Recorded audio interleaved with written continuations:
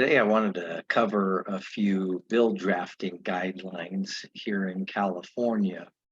As you can imagine, there are quite a few, but California doesn't actually publish its bill drafting manual. It's one of 19 states currently that does not, so it's not unique. So I've tried looking at most of the other 30 remaining ones, and to generally gather some bill drafting principles. And so the following I wanted to share are some of those principles that I found in a number of drafting manuals of other states, but also ones that I believe appear likely to apply here in California as well.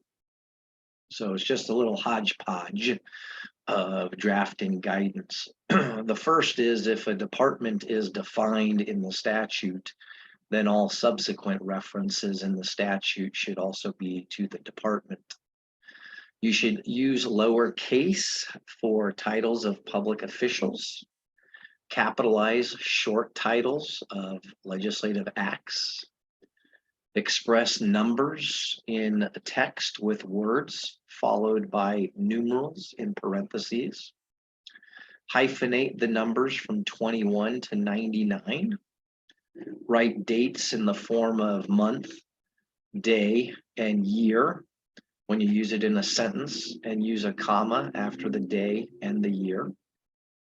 Use the words first, second, or third as opposed to the numbers 1ST, 2ND, or 3RD.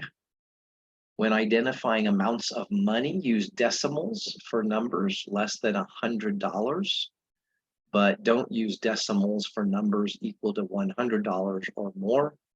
And after writing out the words, put again those numbers in parentheses. Use years of age like 21 years of age rather than the age of 21, for example. Hyphenate fractions. Generally don't hyphenate words that begin pre, none, or re. A comma should follow each element in a series when there's 3 or more elements with a conjunction at the end. Use quotation marks with the word or phrase that you are defining.